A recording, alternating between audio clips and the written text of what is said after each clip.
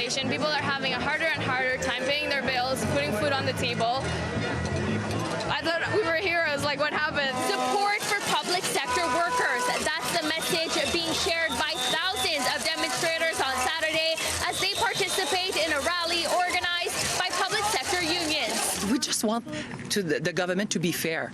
We're looking, they just give themselves a raise of 30%. Right now, not in 5 years, not over the next 5 years, right now. Public sector workers are demanding higher salaries and better working conditions amid stalled negotiations. Quebec Treasury Board President Sonia Lebel issued a social media statement this morning saying unions need to be more flexible in negotiations, saying the government's goal is to reach agreements with the unions as quickly as possible to avoid disruptions to public services. That's the usual pushback. The government always says that it's the working class that has to tighten their belt. It's the working class that has to compromise.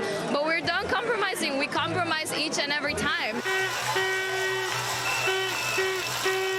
Teachers are important, and our demands towards the government and our conditions are just as important because they directly reflect what our kids are getting.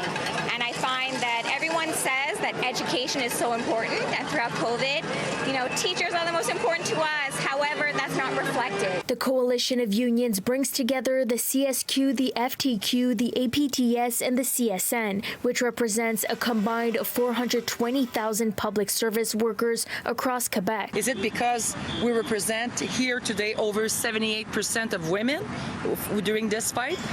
Is it the reason why they feel okay to propose them those really insulting offer? I don't know. One thing is sure, we want the government to be fair. This is just the government saying what they always say, there's no money, but we know there is money, and some of that money should go back to the people that produce it. They didn't move at all. Since last December, they made their offer on the table. Nothing is moving.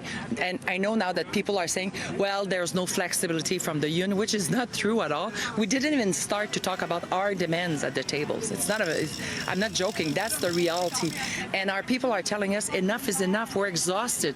We work in difficult conditions. We want to have some improvement. So that's why they pushed us to say we want to be heard. We need a lot more within our classrooms, and that needs to be reflected in what's being offered. In Montreal, Brittany Henriques, City News.